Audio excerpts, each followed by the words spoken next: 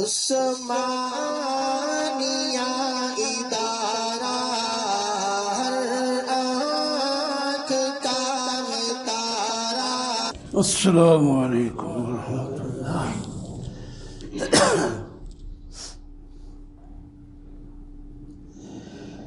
الحمد للہ وکفی والصلاة والسلام علی سید الرسل وخاتم الانبیاء، اما بعد فاعوذ باللہ من الشیطان الرجیم، بسم اللہ الرحمن الرحیم۔ تتجافى جنوبهم عن المضاجع يدعون ربهم خوفا وطمعا ومما رزقناهم ينفقون۔ صدق الله مولانا العظيم۔ اللهم صل على سيدنا ومولانا محمد وعلى آل سيدنا ومولانا محمد وبارك وسلم۔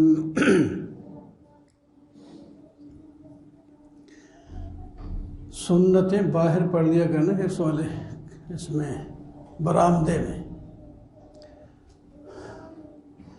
تھوڑے سے دن بڑھائیں پھر ہم انشاءاللہ سنت کا وقت دیں گے بعد میں۔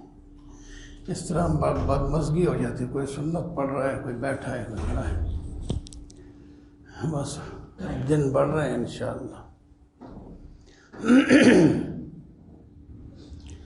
محترم و معزز بزرگوں، دوستوں اور عزیزوں، ایک حدیث بیان ہو رہی تھی کہ اللہ تعالیٰ 3 قسم کے لوگوں سے محبت کرتے ہیں۔ ان میں سے پہلا شخص پچھلے جمعے بیان کیا کہ رات کو اٹھ کر اللہ کی عبادت میں مشغول ہونے والا شخص اللہ کا محبوب بن جاتا ہے۔ یہ جو آیت پڑھی ہے اس میں بھی ان کے حالات کا ذکر ہے۔ تتجافى جنوبهم، ایسے لوگوں کے پہلو اپنے بستروں سے جدا رہتے ہیں۔ کیا کرتے ہیں؟ یدعون ربهم، اپنے رب کو پکارتے ہیں۔ ابھی دعا کے بارے میں آپ سن رہے تھے، اللہ سے مانگتے ہیں، اللہ سے طمع رکھتے ہیں، اللہ سے امیدیں رکھتے ہیں۔ ایک حضرت لیٹے ہوئے، ادھر کروٹ بدلی ادھر کروٹ بدلی، بیٹی نے کہا ابو جان کیا تکلیف ہے؟ کوئی آپ کو نیند نہیں آ رہی؟ کبھی یہ کروٹ بدلتے ہیں کبھی وہ۔ کہنے لگے بیٹی کیا بتاؤں، اللہ کے خوف سے نیند نہیں آ رہی۔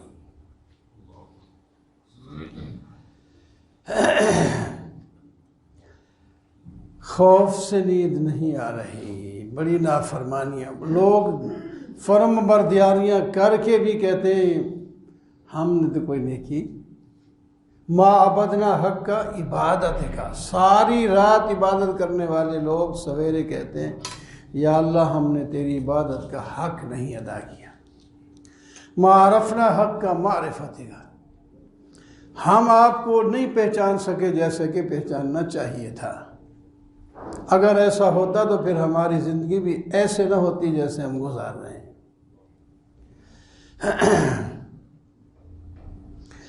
تو رات کو اٹھ کر عبادت کرنے والے کو اللہ تعالیٰ بہت پسند کرتے ہیں۔ اسی ضمن میں ایک واقعہ آ گیا تھا، وہی بیان کر رہا تھا، ٹائم ختم ہو گیا تو اس کو ہی مکمل کر دیتا ہوں کہ حضرت ابراہیم بن ادھم سے ایک شخص نے سوال کیا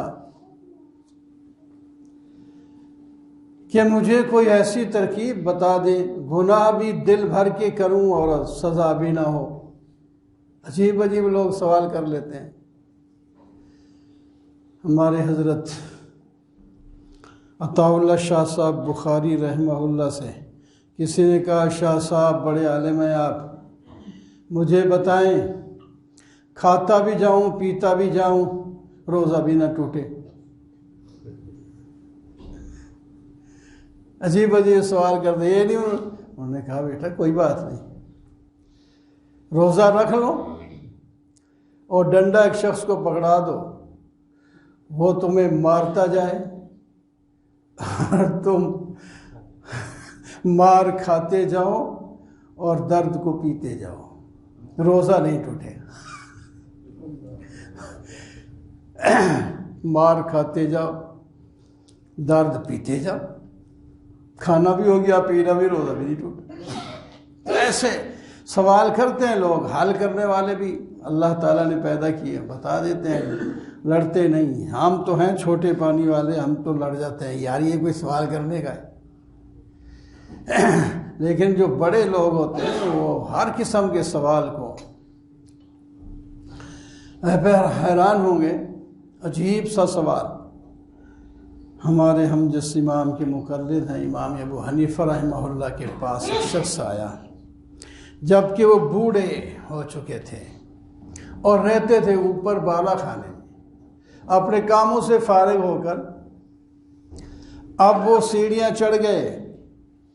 اوپر جب پہنچے تو نیچے آدمی اتاق میں تھا، جب چڑھ جائیں تو پھر میں بلاؤں گا. حضرت ایک مسئلہ پوچھنا تھا، تشریف لائیے گا.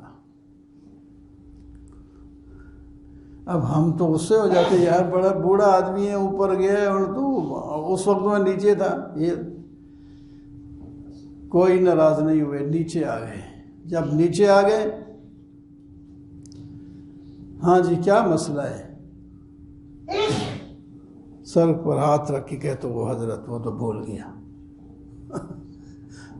وہ یاد ہی نہیں رہا. دیکھو جی سوچ لو، نہیں آ رہا یاد، چلو مجھے اجازت دے جا رہا ہوں. پھر سیڑھیوں پہ چڑھ گئے، جب اوپر پہنچ گئے حضرت اب مسئلہ یاد آ گیا، تشریف لائیں، مجھے مسئلہ بتا دیں. پھر آپ تشریف لائیں اور جناب پھر کہتے ہیں وہ حضرت تھوڑے آنے تک بول بھی گیا مسئلہ، پھر بول گیا. دو تین دفعہ جب ہو گئے اوپر چڑھ جاتے ہیں، پھر واپس بلاتے ہیں، پھر واپس آ جاتے ہیں. چوتھی دفعہ واپس آئے تو کہتے ہیں ہاں اب یاد ہے مجھے مسئلہ. اللہ اکبر. ہن مسئلہ دیکھو، اتنا غصے والا مسئلہ بنتا ہے. مسئلہ کیا پوچھنا ہے؟ کہتے ہیں جی وہ مسئلہ میں نے یہ پوچھنا تھا کہ انسان کا جو پخانہ ہے وہ میٹھا ہوتا ہے یا کڑوا ہوتا ہے؟ اور اس بات پر آدمی کو کتنا غصہ آ سکتا ہے. یہ کوئی بات پوچھنے کی، یہ میٹھا ہوتا ہے کڑوا، کوئی مسئلہ کیا ہے؟ حضرت نے فرمایا اگر تازہ ہو تو وہ میٹھا ہوتا ہے، جب خشک ہو جائے تو پھیکا یا بے ذائقہ ہو جاتا ہے، کڑوا ہو جاتا ہے، پھیکا. پھر آگے گستاخی کیا کر رہا ہے؟ آگے پھر سوال کہتا ہے کہ حضرت آپ کو یہ کیسے معلوم ہوا؟ آپ نے چکھ کے دیکھا ہے؟ کیسی بات ہے؟ حضرت نے فرمایا میں نے چکھ کے تو نہیں دیکھا، لیکن یہ مکھی جو ہے نا، مکھی یہ جو ہمیشہ مکھی ہوتی ہے ہمارے سامنے، یہ مکھی کا کام یہ ہے کہ یہ میٹھی شے پر بیٹھتی ہے. جب پخانہ تازہ ہوتا ہے تو مکھیاں بیٹھتی ہیں اس کے اوپر، تو معلوم ہوتا ہے اس میں کوئی مٹھاس ہے، تب وہ بیٹھی میٹھی چیز پہ بیٹھتی. اور جب خشک ہو جائے تو پھر یہ نہیں بیٹھتی، تو معلوم ہوا نہیں. اب وہ جناب قدموں میں گر گیا اور معافی مانگی. کہتے ہیں میں نے جان کے ایسے سوال کیے اور آپ کو اتارا، کیونکہ ہماری ایک مجلس میں بات ہو رہی تھی کہ آج اس زمانے میں بڑے بڑے علماء ہیں، سب سے بڑا اونچے درجے والا اور صبر والا کون ہے؟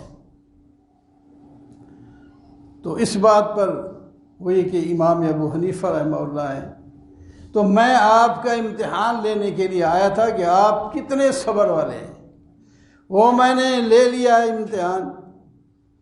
تو واقعی جس طرح انہوں نے کہا، تو بات یہ کر رہا تھا کہ سوال لوگ عجیب الٹے سیدھے کر لیتے ہیں۔ تو امام حضرت ابراہیم بن ادھم سے بھی سوال کیا گیا کہ حضرت بتائیں میں گناہ بھی کروں اور سزا بھی نہ ہو؟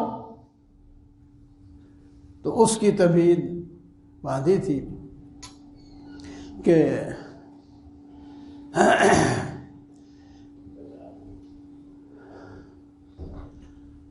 گناہ بھی کرو اور سزا بھی نہ ہو۔ تو اس کی میں ایک ترکیب بتاتا ہوں آپ کو، وہ یہ ہے کہ کیا پہلی بات پچھلے جمعے بتائی تھی میں نے، پہلی بات انہوں نے فرمائی تھی کہ یہ جو پتہ نہیں جو بھی پہلی تھی، تو آپ ایسی جگہ پر گناہ کریں جہاں اللہ نہ دیکھ رہا ہو۔ ایک پہلی بات،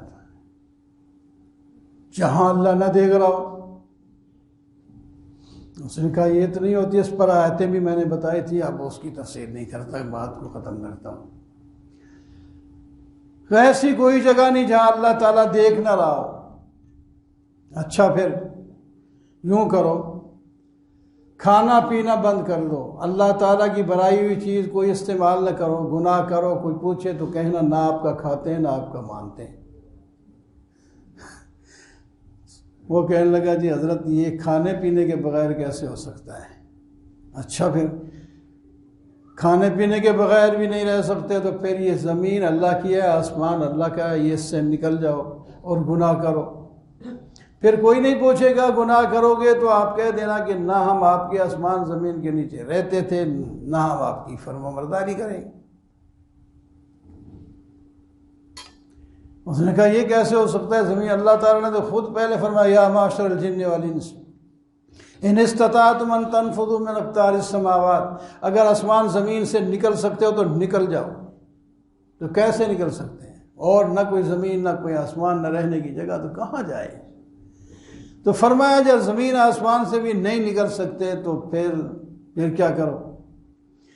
پھر جب موت کا ٹائم آئے تو کہہ دینا کہ بھائی میں نہیں مرتا، ہٹ جاؤ تم۔ بھائیو حضرت یہ کیسے ہو سکتا ہے؟ وہ تو جب آئیں گے فَإِذَا جَاءَ أَجَلُهُمْ لَا يَسْتَأْخِرُونَ سَاعَةً وَلَا يَسْتَقْدِمُونَ، ایک لمحہ بھی آگے پیچھے نہیں ہو سکتا، تو میں ان کو کیسے روک سکتا ہوں؟ اچھا نہیں روک سکتے تو پھر جب قبر میں جاؤ تو کرامن کاتبین آئیں گے، سوال کرنے کے لیے آتے ہیں نا، ان سے کہہ دینا نکل جاؤ میری قبر سے، تم کیوں آئے؟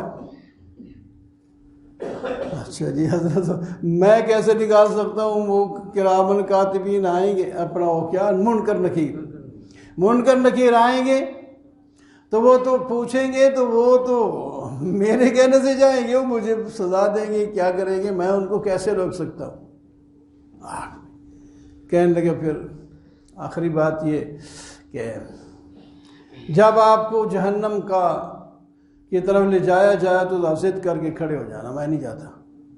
مجھے کیوں لے جاتے ہیں؟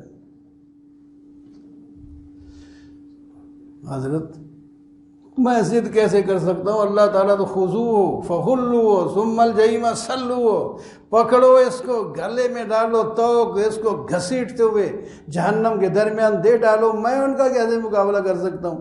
ضد کیسے کروں؟ فرمایا کچھ بھی نہیں کر سکتے، پھر گناہ ہی چھوڑ دو۔ یہ سارے تمہیں بتائیں گناہ کرنے ہیں تو اس طرح کر لو، وہ تم کہتے ہو کر نہیں سکتا، تو پھر آسان کام کیوں نہیں کر لیتے؟ گناہ ہی چھوڑ دو، سزا نہ ہو۔ اللہ تعالیٰ ہمیں گناہ چھوڑنے کی توفیق عطا فرمائے۔